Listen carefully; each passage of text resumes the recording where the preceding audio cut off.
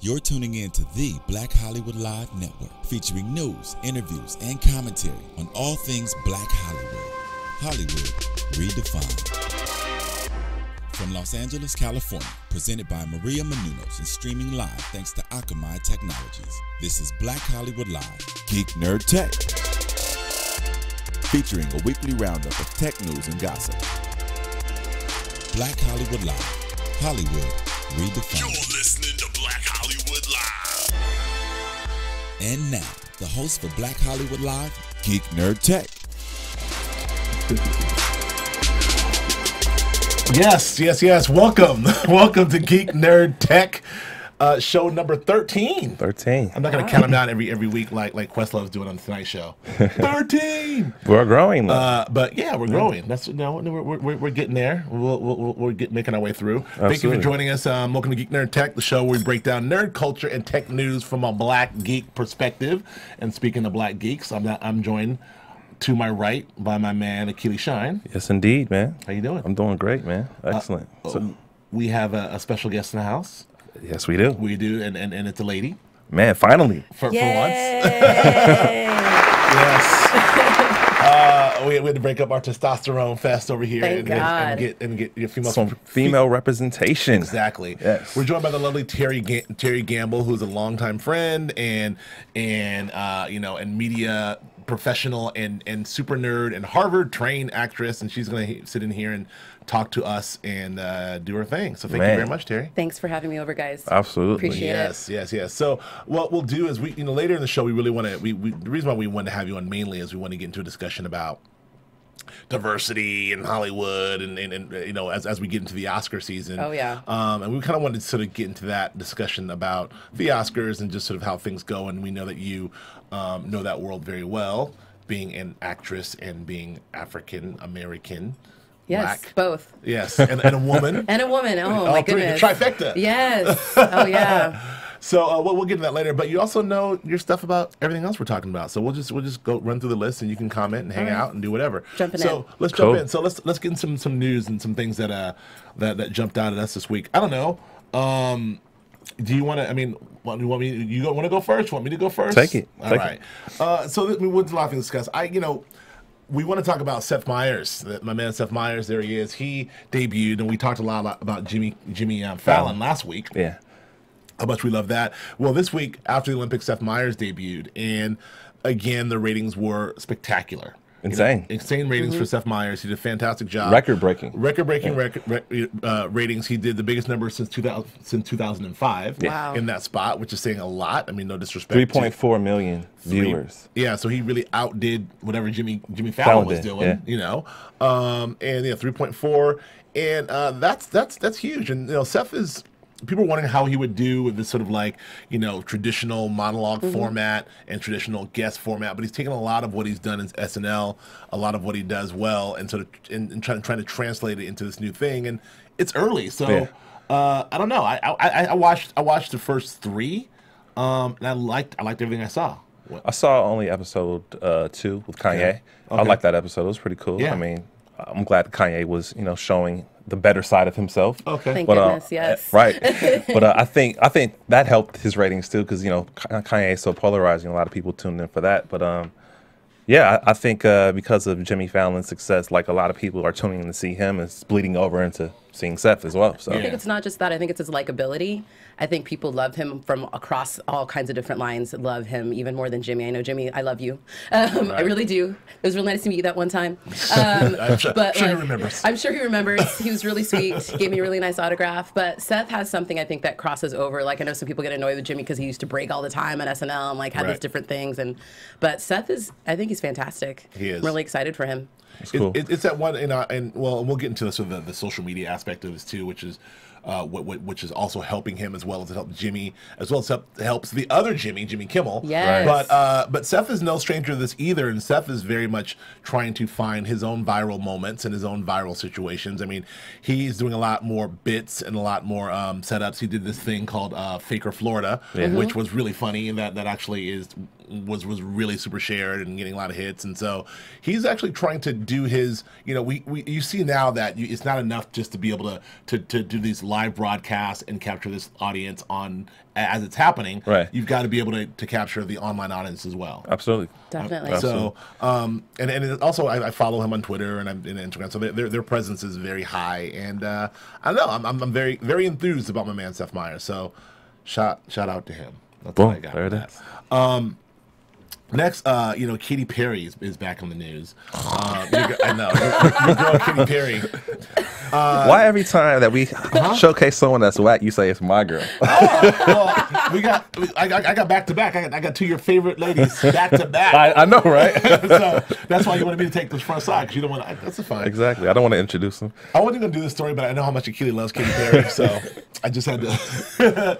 No, but Katy Perry's back in the news, and look, I'm not mad at Katy Perry at all. I don't. Well, I don't know. This story is ridiculous. I'm sorry, It's you guys. insanely ridiculous. It's ridiculous. Right. I watched the video, like that little clip that they're talking about, whatever's causing controversy. Can't even tell it. Like you'd have to pause that thing and really like examine it to know what happened there. Zoom in. You Like, have to zoom yes. in. Let's tell what we're talking about. Right. I mean, Yeah. so what we're talking about is there's a controversy in her video for Dark Horse. There's a moment in there where a lot of folks are claiming that she has a sort of a blasphemous moment here, anti-Islamic blasphemous moment, when her character sort of portrayed ancient Egypt, which predates Islam in that way, and It's so essentially she's playing like this pharaoh role, and these people are coming to bestow gifts upon her, and Right. a few of the people that are coming have a medallion that has a symbol that's is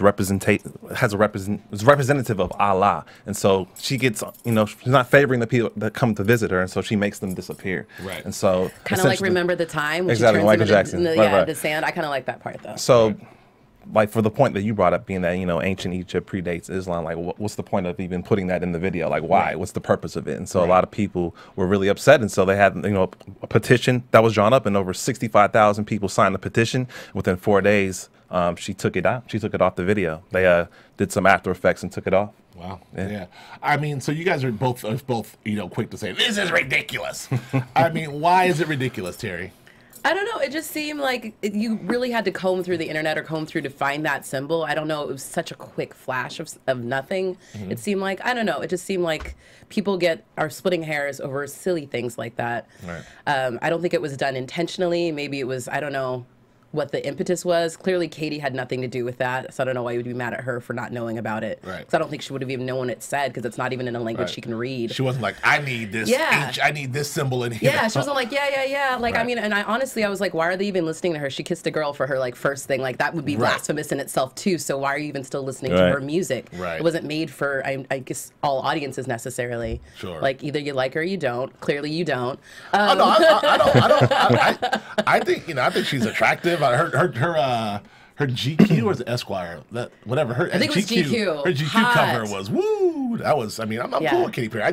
The music. I don't understand what she's doing musically. It just feels like I don't know who Katy Perry is. I think she has a fine voice and she's an attractive lady, but it just seems like she's just a vessel for a bunch of pop songs, like for a bunch of pop producers to make some songs. I don't know what she's doing, and it's like watching. I don't know.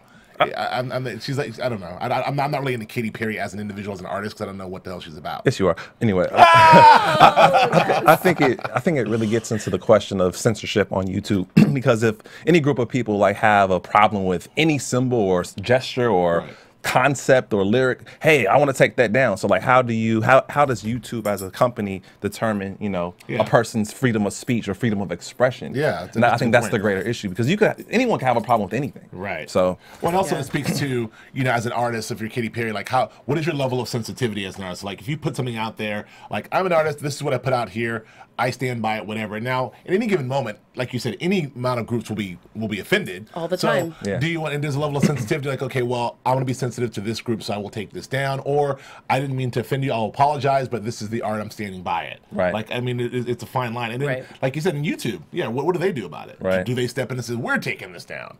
I mean, I don't know. You can't police the whole internet. I mean, we're trying like desperately. Oh, you definitely cannot. But it's just impossible. But I mean, I appreciate that, she was sensitive and did what she needed to do. But, whatever. Okay. I mean, I have one other point aside, being that kind of like the bastardization of, Egyptian mythology that she used in the video. I kind of had a problem with that, you know what I'm saying? Because, I mean, from a black perspective, like Egypt, for me, is like the pinnacle of success. You know what I mean? It's one of our trophies historically. And so just using kind of like the symbolism in a disrespectful way to me. Like, for instance, she had a chariot that had hydraulics on it. Like, that was insanely stupid.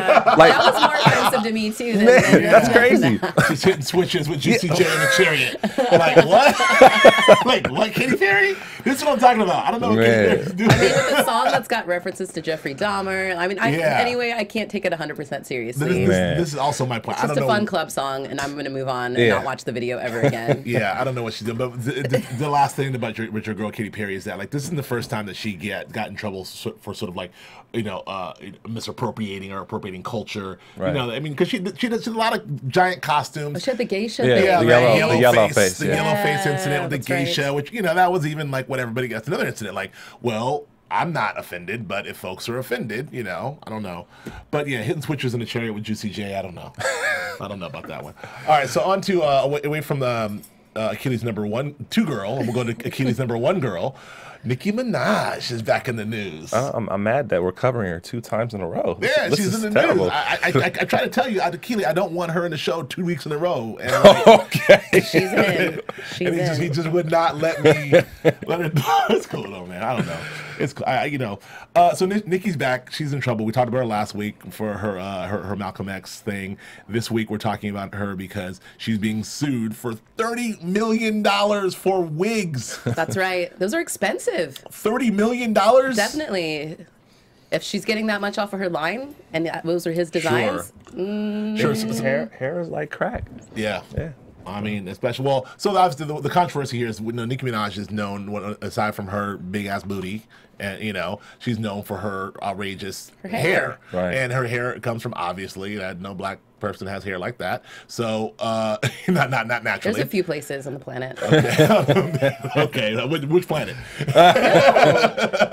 This may sound different. In Aboriginal, like there's some people that have crazy blonde hair down in Australia. And pink. They're black folks. It's not pink. No, It's the blonde and Oh, pink. That not looks the like pink. rainbow not sherbet. the pink. But they have blonde, beautiful hairs in different places. I know, I but not the believe pink. Okay, I know. I'm sorry. You can get international. You can take it, please. I'll get international on you.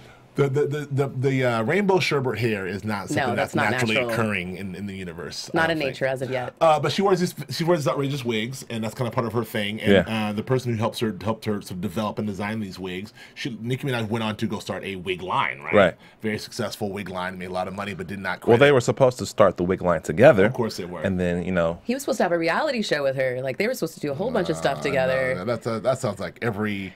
Yeah, it's usually the dude who's doing that, right? It's usually the rapper. The rapper dude is like, baby, we're gonna do a reality show. man. We're gonna Well, do if she was getting da-da-da. hooked up that well with her hair, like Right. maybe that's what happened. She's like, oh yeah, I'll get you a show. Keep making those wigs. Yeah, and then my man's like, Maybe the Malcolm X reference was for him. He's a looking ass nigga. hey, look at that.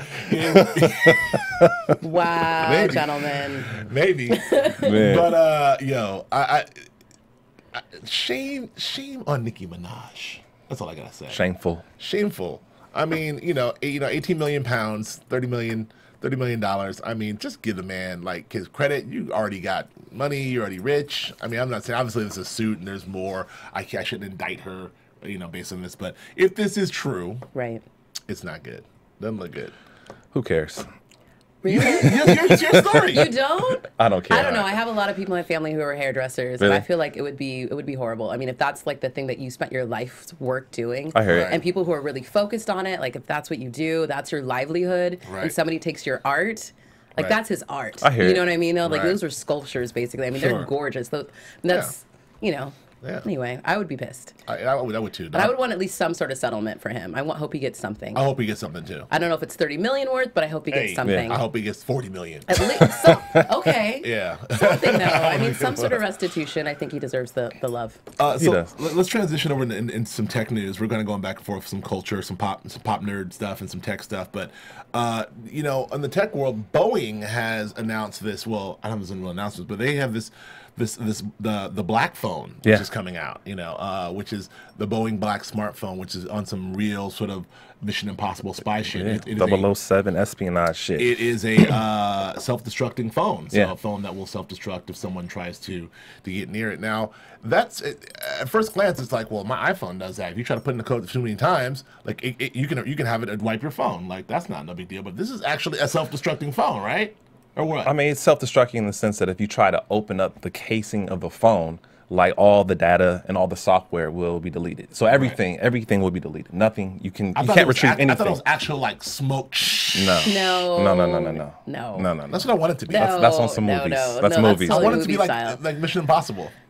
That's the whole point. I think it's cool that an aerospace company that's known for creating military aircraft and combat systems is now getting into the communications business.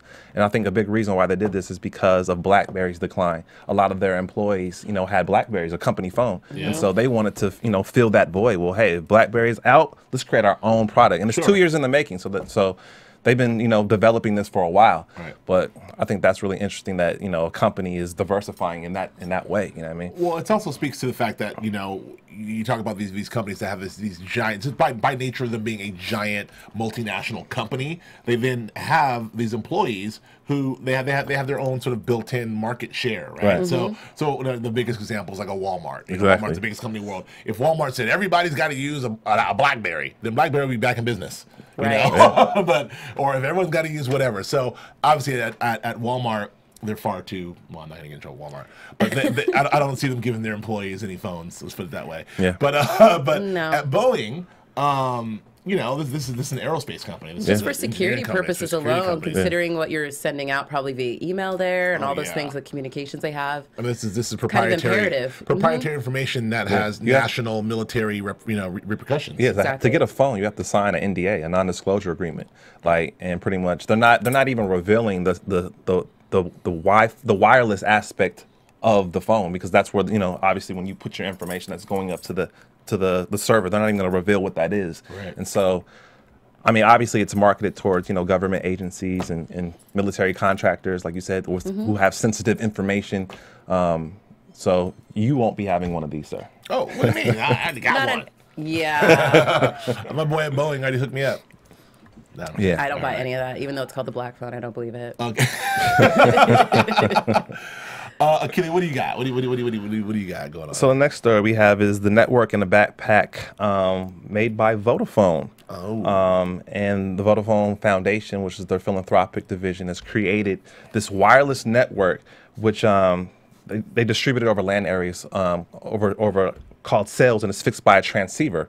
And so essentially, if there's a natural disaster, you want to be able to set up a space for communication where you can email or you can communicate via phone. And so this is a portable thing that weighs only 30 pounds that you can take with you, and it gives access to families that want to contact other families in natural disaster scenarios, or if you have an employee who's in a different part of the area, you can communicate with them.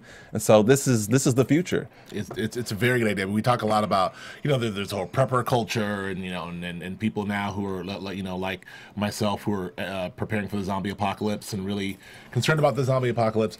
Like this is something. No, but on a serious note, like there's all kinds of back in the day would be the radio. You'd crank the radio and it powers itself, or you crank the flashlight, it powers itself, and all these different things. But we live in a world now where we need to be not only be in communication with each other and family members, but possibly we may have a small neighborhood or a small town that we need to get in touch with. Like if California goes down and we need to get in touch with Northern California or another state, we have no way to do that. So the idea of having this mobile situation that you can fire up and then be able to then contact people for help or to find out if anyone else is out there before the zombies get you makes complete sense to me. This is life or death, though. This is amazing. It is amazing. I don't know. I think it's cool too, and this is the beauty of technology. How when you have an issue or you have a problem, this is how you solve it. Because clearly there will be a disaster and families can't contact their families. So how can we better, set up a communication infrastructure where that can happen? Right. And so they had it before, but it was larger scale. It weighed more and it took a long time to boot up. Yes. And this one is just fast paced, very guerrilla style technology. Right. And I think we might see it in like smaller communities, like as in your earthquake kick or whatever. You know what I mean? That'd be nice. It's great for those who fear like analog things or analog people who fear like when we lose technology. Right. This is really great. This is a really nice way to bridge it. Right. What else you got? Google Glass. So have you guys heard about the story in San Francisco where the lady with Google Glass walks into a bar and people weren't too receptive of her? No, yeah. And they took the Google Glass off her face, ran down the street, Yeah. and she ran after them, retrieved the Google Glass, and they had stolen her purse. Well, it Yeah. made national news. Yeah. And so, That to me is that's first of all, it sounds like a setup to a joke. A woman with Google Glass walks into a bar. Yes. I know. But that to me is more. So that's probably the largest story that's happening in San Francisco right now, which is actually very relevant to what we're talking about in our show. Is there's a giant tech Silicon Valley culture backlash in Metro San Francisco. Now, Tech hatred. and San Francisco is sort of known for being this tech, city and tech savvy in San Francisco. But the reality is, and I lived in the city for a while. I know exactly what these folks are talking about. The reality is the people. San Francisco is not the tech hub. Silicon Valley is the tech hub. Yeah. The tech hub is probably about 35 to 45 minutes south down the road, but no one wants to really live in Belmont or Palo Alto necessarily, or you can afford. Everyone wants to live in the city. Right. So what this has done is you have all these gigantic tech companies top of the list, from Apple and Google and Pixar and whoever, Oracle, and it goes on and on and on, who all have these headquarters there, and they have this massive Facebook, of course, Twitter, massive workforce. Where are all these people going to live? They all want to live in the city, and they're all people who are upwardly mobile. They're young. They make a lot of money, so they want to come and live in the city, and it's driving the rents through the roof. Well, it's class versus glass, like warfare, basically. It's Exactly. like all tied in together. Class versus Google Glass. What? Exactly. Yeah, It's true. It is, and it's interesting because the people, the city is the city, but the city is now becoming a place where it's like Elysium. It's a joke I made to my boy Robert who lives there. I'm like, San Francisco is like Elysium right now. It's a place where you can't, the average person can't afford to live there. No. If you do live there as a native, you're getting forced out. Right. This is the second time. Gentrification. Yeah. But it's gentrification on a higher level because it's like a class thing. Right. But people who are moving in are young, and they're young, and these mobile people who may come from New York or come from other places. They come to here. They all move there, but the rents are astronomical. They already were. They already crazy. were. But now it's like, for a one bedroom, it's like $3,500. Yeah. $4 I have a friend who rents a $4,000. studio, and he rents a bedroom in like somebody's house for $900. Oh yeah, Crazy. I know. A bedroom, not like his own place, but yeah. I think this speaks to the issue of wearable technology, which we've covered on the show quite a bit, in the sense that a lot of people, I think you have two schools of thought. A lot of people welcome it and they want to be able to use the technology, walk down the street, go to a movie theater, like we covered it. Like the guy went to a movie theater with the Google Glass and people thought he was pirating the movie, or people driving with it, she gets pulled over, or the police using it, profiling. So I think another school of thought is people that don't want to be reported or have photos taken of them. They want their privacy protected. Right. And so I think in San Francisco and certain hubs of the city where there's not as technologically friendly, like they're very resistant to it. Absolutely. So, well, I agree with everything you're saying, but I think in this particular instance, this was an instance where it was like, oh, you one of them tech motherfuckers, huh? Yeah. You gonna think of that tech shit up in here? You a glass hole. Oh no. You can't come here with that glass. Get the glass up out of here. So yeah, they snatched it off her face. Like you represent this particular segment of society. Well, it feels like Big Brother, I think, a little bit too, because you have cameras everywhere, and I think people are getting really sensitive to that, and that's going to be a whole other thing, I think, within rights, and we're looking at more legislation about that. Yeah, I know it's a big fight because who does want to be photographed all the time? Right. I think about freaking Bieber and all those kids, and oh my gosh, if there weren't cameras. Right. Yeah. Like what their lives would be like, they'd actually be able to make it through some of these crazy times maybe and actually get back to doing what they do and making music or doing whatever else they want to do with their lives. And all that's going to get worse. All that's just going to get worse in terms of the like the Google glasses of the world. Once that wearable technology, as we talked about before, becomes something that doesn't look like RoboCop, once it just becomes like some eyeglasses, it's going to get worse because you may walk down the street, I could be recording you now. There's an episode of this great show called Black Mirror on BBC. I highly recommend it. Black Mirror. There's an episode that is like a Google Glass episode where they have these contacts, and they record everything, and they can rewind and record every single thing. So you can be arguing with your girlfriend, and you're like, no, you didn't say that. Put it on the screen. That's not what you said. No. I don't want to get fact checked all the time. But that's where we're going. You got to think though. I mean, Google Glass really is just a smartphone that you wear on your face. People are already taking photos and videos of you that you don't know exactly. Websites so I mean, all the time in a way, right? it's just I think it just has to be socially accepted. Like we're not used to people with the technology on their face, and so I think once we see that more, like people will be more apt to it.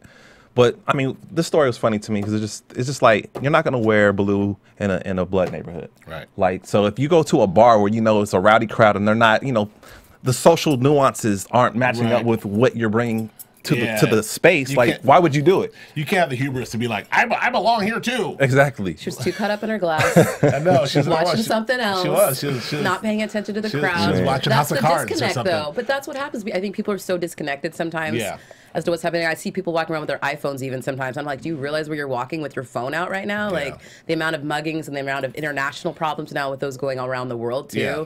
And like the piracy and the stealing of those. Yeah. People got to be careful and remember that technology isn't cheap and not everybody has access to it. Yeah. The glass and the kind glass of flaunts knots. it. Yeah. the glass and the glass knots. Exactly. But I definitely, I'm really interested in this whole San Francisco class warfare thing. I'm really Yeah. interested to see where this goes. It's just the level of backlash towards this certain type of person, this young person or this tech person versus the people who live there, or the people who are the more artsy, liberal minded, hippie The Haight-Ashbury set, all of that. the hipsters, the Haight-Ashbury that it's a real culture war there. I think something may jump off. A lot of these tech guys are socially clueless though. They don't have the cultural sensitivity. They're so caught up in their world of technology. They don't really know so they're socially awkward. So like that could cause a problem. Like I'm here with my technology. Yeah. It's very yeah, let's see. It can feel invasive. Yeah. And what's interesting about all this is it's so, San Francisco is there's so little black folks actually in Metro San Francisco now, so this isn't really a race thing. It's not like, it's just really kind of funny, because you usually hear these stories, it's like a social economic broken down by race situation. You don't go in that hood because you don't know what's going to happen. This is like, you don't go in this hood full of hippies and hipsters, and they snatch your shit and take your purse. Man. Get up out of here. It's kind of just funny. It's not funny, but it's interesting. Okay, moving on. So, what do you have anything on this? Actually, you might want to take that one.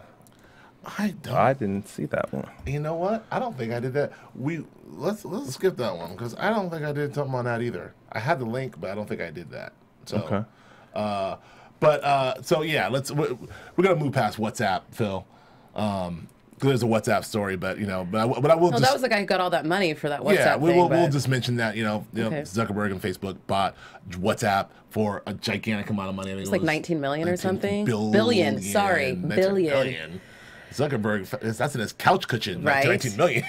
Like that's a whole separate story. But what is interesting is we do want to talk about this Transformers. I want to mention this Transformers 4 story because I think it's interesting. Like, we talk about they're filming Transformers 4 in Hong Kong for a lot of obvious reasons. I mean, in terms of the level of film production that happens in Hong Kong, it's its own sort of gigantic ecosystem in terms of the entertainment world and what they do and how they do it. But it is the largest growing market. Like if we as Hollywood folks can figure out how to get Chinese people to really like be embrace and buy our movies, then it could save the entire industry. But except there's so many gigantic cultural differences there. Yeah. So as you saw with Iron Man 3, there's all these different versions, all these things concessions you have to make, the different versions you have to have. Everything goes through the ministry of the government's control of everything. But so right now Michael Bay had this bright idea, and he's going to try to bridge all that stuff and go to China and really make his goal is to make the biggest movie in the world. So he's really like he's got some Chinese, high-profile Chinese actors, stars that are stars in the movie. It's for the Chinese audience, and he's really doing some things. I think it's co-produced too. It's co-produced with some Chinese investors. That money, so he's I mean it's a good movie. I don't know what that means for story. I don't like the idea of movies being produced like, let's figure out the financial relationships and the marketing first, and then we'll get a script later. But I mean, it's Transformers. Well, I mean, I don't know. How hard it's a big franchise like that. That's what they're already doing anyway. Right. That's very true. And then release date, where we're going to shoot it, and then where's the script? I will figure that later.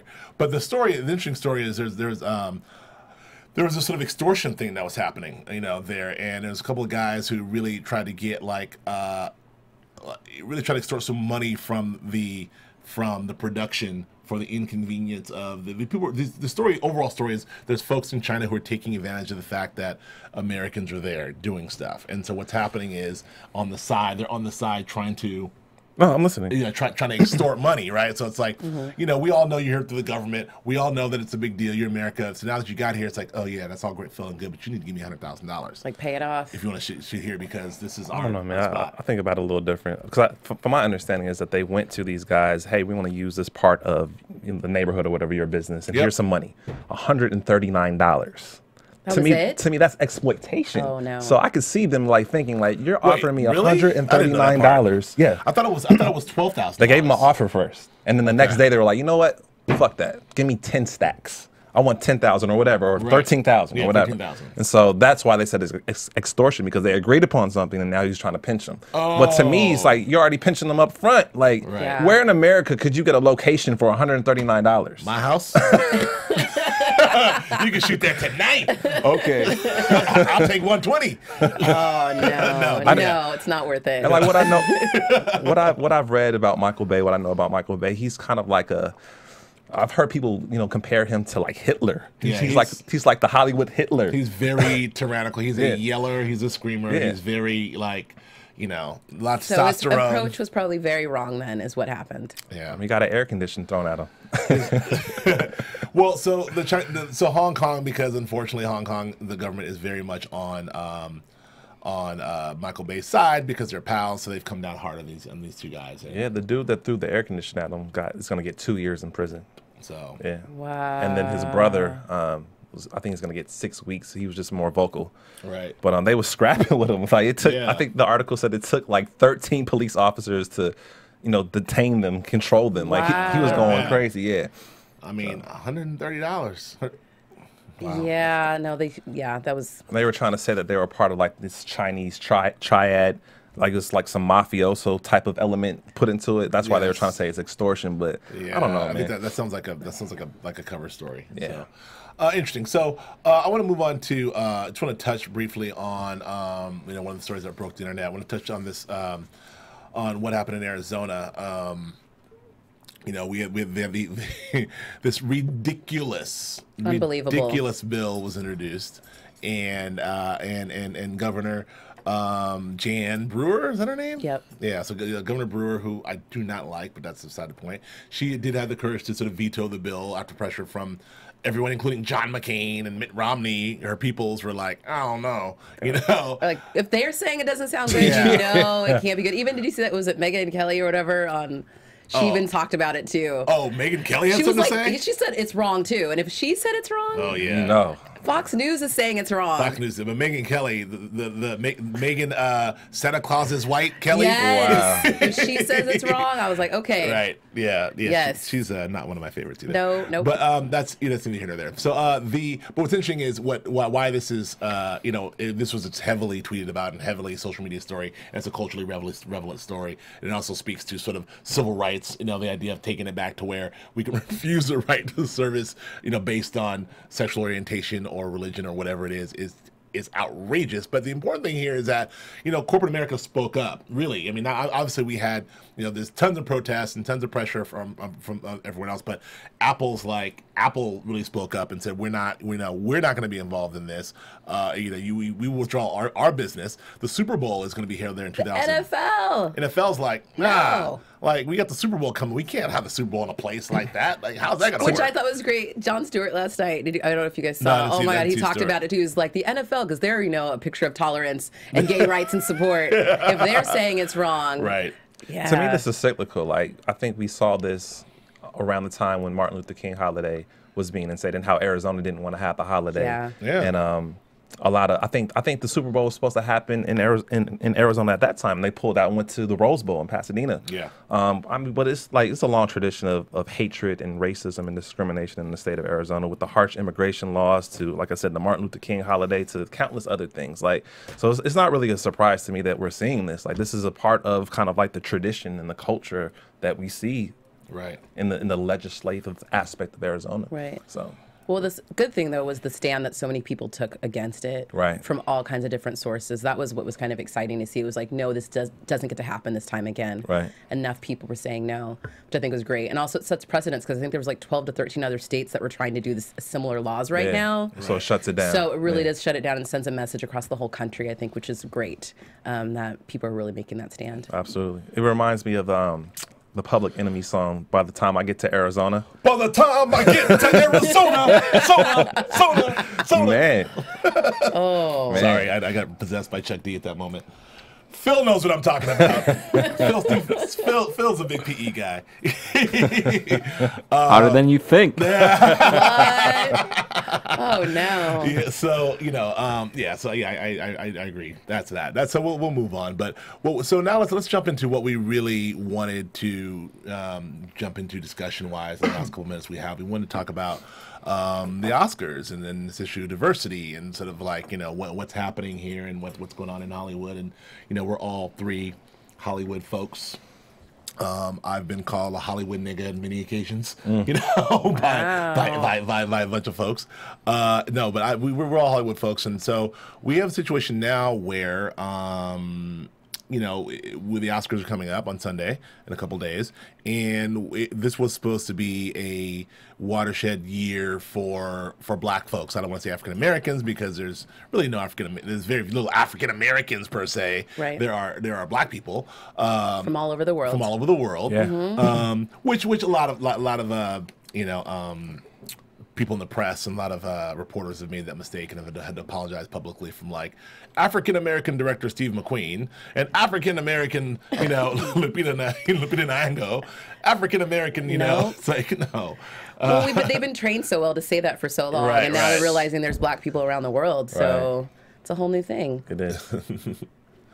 So I want to get into this because this was the year. So we had all these wonderful films come out, a lot of wonderful filmmakers. There was a lot of buzz early, starting with Ava DuVernay's film and then going into Fruitvale Station Yes. with Ryan and Butler. and then The Butler after that.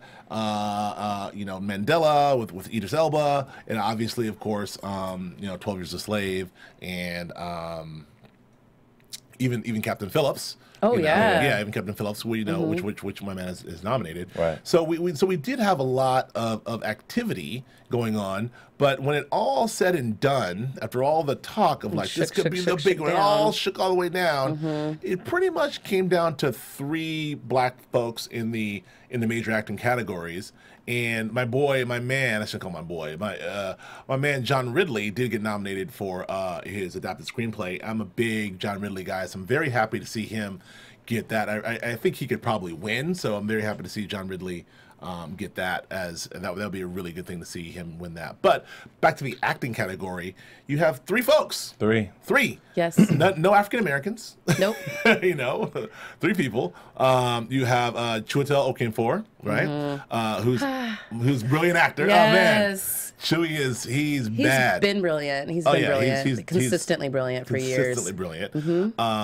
Stage and screen. Absolutely. We have Lupita Nyong'o. Yes. Who is my girl who I'm. Fresh out of school, that girl, man. Yeah, she's dope. Yale. She's very Amazing. dope. Yale grad.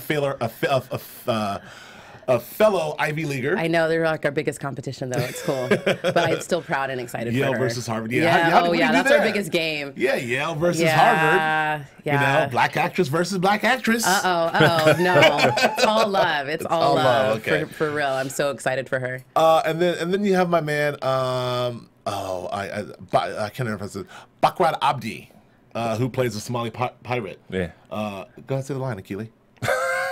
Oh no. Get out of here, man. Come on. No. I'm not doing it. I'm the captain now.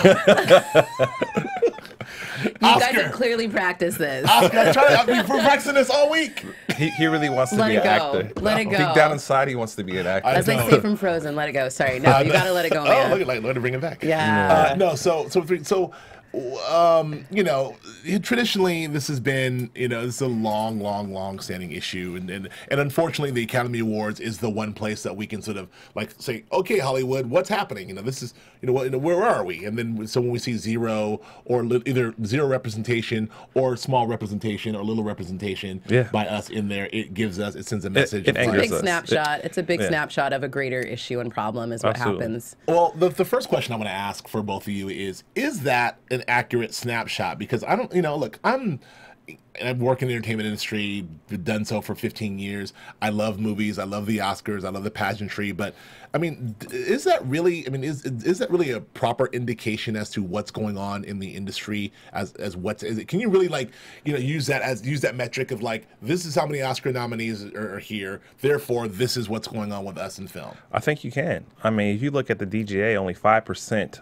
are black. Yep. 5% are black directors. You look at in terms of working actors, like we only have like 11% that are working. And I mean, clearly this has been a year of diversity with black film, but we only have 2 movies or 1 movie really that is nominated and 3 actors, as we already talked about. Like, to me, I mean, in the span of what, 70 plus years of the Oscars, how many of us have won? Less than 10, less than 12. You can count them on 2 hands. Like, so I think it does speak to a problem in Hollywood in terms of, you know, it being inherently racist, inherently discriminatory. Like, black people are very talented. You look across other streams of entertainment. Who's the most famous black athlete? LeBron James. Right. Who's the most famous singer? Beyonce. Who's the most famous talk show host? Oprah Winfrey. Like, so why? I mean, clearly hip hop music is purchased by mostly white people. So like, why isn't there more representation in black in film? Yeah. Clearly, people around the world gravitate to black culture. Well, even Tyler Perry's movies, his biggest audience is like a huge percentage of white people as well too. Right. Yeah, So. I mean, I agree 1,000%. And then to piggyback on what you're saying, I think that, like, you know, I'm asking the question not because I believe like that's not the case, but it's a question to ask because, like, I use it. Like, the only what I can use in comparison is the Grammys, right? So the Grammys drive me crazy because the Grammys aren't really, you know, it's not really a celebration. It's not really an indication of who is. They're not so much not so much appointing winners in the Grammys, so much as they are anointing ambassadors, right? So when someone wins Best Rap category like Macklemore, it doesn't mean that he's the best rapper. It just means that this is the guy who's going to be the window into this music for us. So when Casey Musgrave wins Best Country, she's not that she's the best country artist. It means she's the kind of gal that we like to represent country. And that's what the Grammys are really all about. But to the layman, to the person It's that like doesn't Miss have that America. understanding, they think that Macklemore is the best rap artist. Yeah. They don't have that perspective that he's the ambassador. He's going to lead us. No. Well, I think but that's true. So, but who's? I mean, that's true. But the function of the Grammys is not to pick the best in a category. The function of the Grammys is to represent the music business and to pick the best person that represents our, you know, this category. Whether it's salsa, whether it's heavy metal. Right. This is why Jethro Tull won heavy metal years I disagree, ago. man. I think the Grammys is about awarding musical excellence, just like the Oscars are about awarding. No, that's what it should be Yes, about. but It's in their not. in their It's mission not statement, always. in their mission statement, that's what it's about. Of course, in the execution, it's not. Yeah, mission and execution can be Of course. definitely Well, the point different. that I'm making, we can agree to disagree on that, but the point that I'm making is, in my opinion, their Grammys are about anointing ambassadors, right? And so when you translate that to the Oscars, that same theory for me is like it is award. It is different because it's voted on by your peers as the best performances, but that really to me has nothing to do necessarily with the amount of diversity that's happening in Hollywood and film. Now, I'm not saying that there is, you know, just because there's no women, you know, at the Oscars doesn't mean there's not women directors. Just because there's no black folks doesn't mean there's no black folks. I'm not really taking that stand. It's just the question that I'm asking. It's to who me. gets to reach to the top. Right. I think that's the question, really, because I think there's a lot of great filmmakers out there from, you know, I went to Sundance this last year and got to meet some great filmmakers. It's a new movie coming out called Dear White People. Look for it. It's coming out soon. Right. Some really cool stuff that's happening, and I think the tide is changing because people are finally kind of standing up to it. I think it's similar to what's happening with that whole Arizona thing we were just talking about. You know what I mean? Where people are actually kind of taking a stand. They're noticing it now. So we're now out of the denial stage, I think. Right. Do you know, I think more and more people are really waking up to that. The fact that we're here doing what we're doing right now, I think is part of that too. And really getting our voices out there. The fact that we have more access in different ways. Oh, Fight the what? Power. Look Fight at the Power, what? 1989. That's right. It's coming to fruition now. Sound of a fucking drummer. Get it Yes. But he really dropped that on us. That's awesome. Hey. But I think people are really Sorry. standing up, and that's Yes. the truth. And I Thank think you, it Phil. really is. Thank you, Phil. I really appreciate that. Well, I mean, take it beyond like actors and actresses. Like we're not really represented that much across the board. Like, I mean, we can run American Express. We have black CEOs that run Fortune 500 companies, but what black person is the owner of a major film studio? None. Right. Like how many? I mean, Besides Tyler. Besides I mean, Tyler exactly. But I mean, like the big And the big Oprah. boys. Yeah. Right. I mean, in the sense that we don't have, like we already said, we don't have that many directors that are represented. We don't have that many producers, editors. Like, where are we? Well, I'll give you a stat. Shonda. I'm gonna put it out to her. well, Sorry, Shonda, I know yeah. for TV, but I get excited about that. Well, that's a whole- Scandal's one of the best things on TV. Well, Scandal's fantastic, but that's a separate thing because you only have really like 6 women showrunners. Right. You know, Right, and so one- she's like black and female. Yeah, and that's it's a real boys club, showrunner she's club. doing it. But getting back to this, I mean, I will give you a stat. Like, you know, the Academy has around 6,000 members, 57. I think 5,700 members, 5,765. You know, Yeah. members. How many? What percentage of those are black folks? 3%.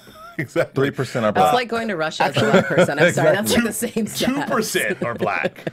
2% are black. I mean, there's 94% of it. 94% are white. The rest are other, but 2% are black. So in a world where that is those people voting, those are the voting. It's kind of hard to get your You peers vote with in. what you relate with. I Exactly. mean, you go see that, the films and you Now- see what's up there. You do, but we have Cheryl Isaacs now, who is the chairman, who's the chairwoman of who's the president of the Academy, I should say. She's black, and so that was sort of like a that appointment. What do you think of that appointment? First of all, do you think that we have a body that's 2% African American, but now run by a black woman? Do you think this will make a change? I think it's what Spike Lee says. You're the flavor of the month. Or even the nominations, you're the flavor of the month. Like, I think, what was it, 2010, 2011, there were no black people that were nominated. So, I mean, I feel like, okay, you get an award for 1 year, it's like an aberration. What about, there's no Right. consistency. It's like, here's a token. Well, We're I'm gonna waiting appease until you. when we're like getting excited about. It's not necessarily traditionally black roles either, because that's been I think a problem as well. Like all the Right. people get nominated. It's like you played a slave, you played a maid, you played the help, you played something Right. that is keeping in line with how we see stereotypes of black people. Right. And not that they've done beautiful work, and it's not like it was they humanized a lot of these stories, and I'm not going to discredit that, but I do want to see stuff where it doesn't matter who you were said and who was. Well, we who the really part only was. have a handful of. I mean, really, we only have like probably 2. I can really think about 2, maybe 3 actors that we have, African American actors that can do that. Black actors that get the role, black or white, will go to you. Or whoever it's for. Denzel. Denzel will, and and Whoopi Goldberg back in the day when she was still doing more movies. Well, yeah, but- she would get male parts. Like she was Sure. getting everything. But Samuel L. Jackson. Yes. I don't know. He puts a Samuel on it, but I just watched No. What I'm saying is, there's Jurassic Park for the first time the other day, and I realized what he I'm played a saying is- regular tech guy in that Right, movie. I right, was He like, doesn't what? read, but Samuel Jackson doesn't read for roles that are for black guys or white guys. No. Samuel Jackson. They write for him. Right. Sam, this is for you. Like, why is it in all caps? Like, we love you. No, but dude, like Whitaker, like from Denzel's character in Flight, like that. That's not. That's not this was written for a black guy. That could be anybody, yeah. Don Cheadle often talks about this is TV, but in House of Lies, Yeah. that Marty is a white dude. Like when he came and took that character and made it his own. I mean, there's very few actors that can do that. There's very few women black actresses that can do that. They can do it. Oh, they just yeah, haven't no, gotten exactly, a chance to exactly. do it. Thank you, The thank stuff you. that I Can. get sit in for, you guys have just like make you cringe How, sometimes. what is it like out there? Give me Just was a like taste. one of my favorite things. One of my friends was asking me, but like back in the day when I was doing a lot of commercial auditions and stuff too, I got sent in for a McDonald's commercial, of course, and it was like the black McDonald's, yeah. Thank you, because they have different commercials Oh, that yeah. are on BET versus yeah, rest man, of we've TV. been doing a double dutch Yes, outside. stuff like that. So to be sitting like on the airplane with my boyfriend, and like he's trying to take my McNuggets, and I'm like, you better don't. That was all I had to go in and say. Wow, I you got sent better in for. don't. Okay, hold on. My copy is okay. Great. Harvard trained. Yes. Excuse me. How am I supposed to say this? You better don't. just like they taught you at Harvard. Don't. Yes. You better don't. But I love it. Even like Key and Peele, I think, have been great about doing commentary on that. They had a great one.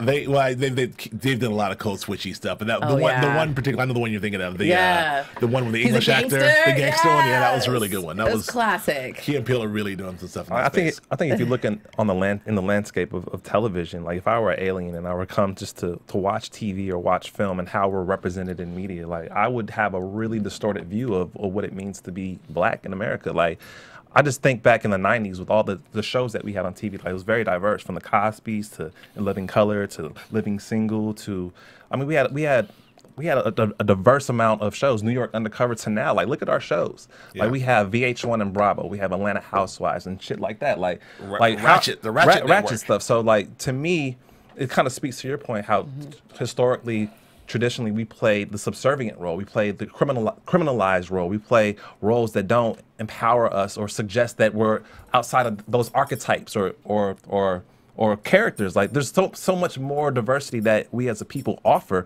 and we don't have the opportunity to be able to showcase that unless we make it ourselves. Right. And I think that's what it comes down to. Well, exactly. I want to do that before we get out of here. I do want to go around the room and ask what steps are need to be taken. What can we do?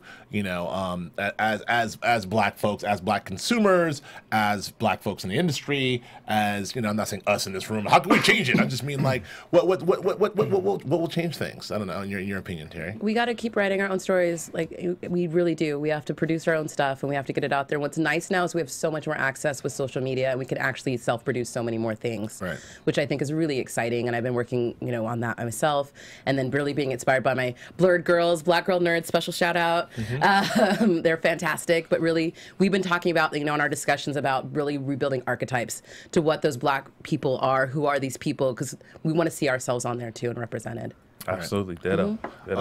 I agree with that. I think that it's not just for me. We absolutely need to be telling our own stories, but we need to be telling the diverse. We need to show the diversity of who we are, like you're saying, right? So I want to be telling our own stories, but I don't want to be. I mean, no offense to Tyler Perry, who's in there telling his version of those own stories. Not mad at him. No offense to anyone, even Spike Lee, who tells a different version of his stories.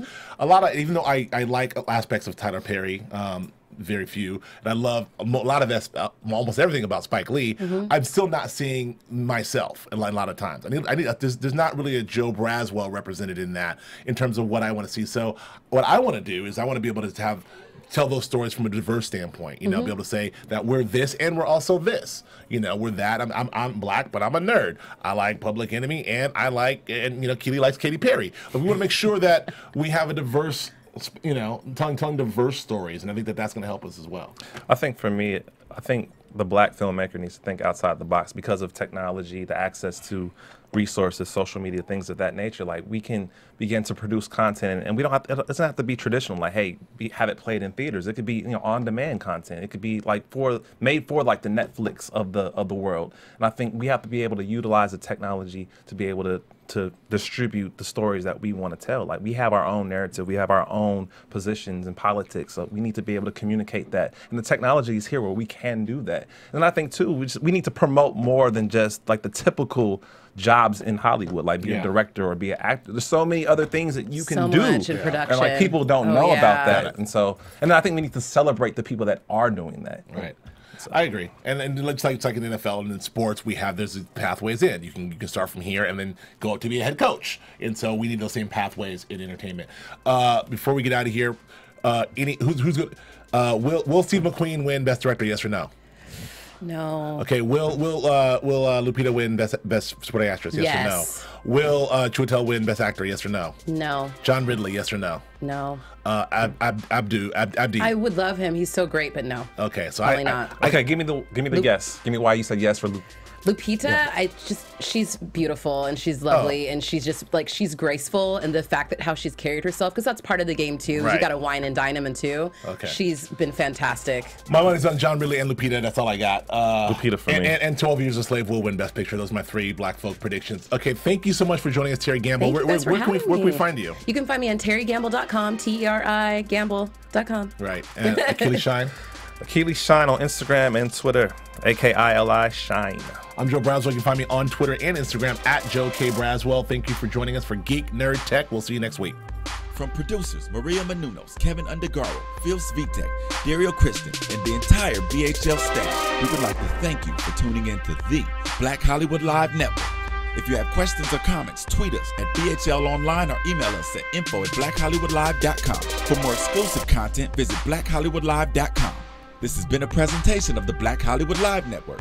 Hollywood redefined. The views expressed here are those of the hosts only and do not necessarily reflect the views of BHL or its owners or principals. Thanks for watching Black Hollywood Live on YouTube. For more in-depth interviews and news, subscribe to our channel here, and be sure to share your opinion in the comment section below here. See you soon, everyone. Bye.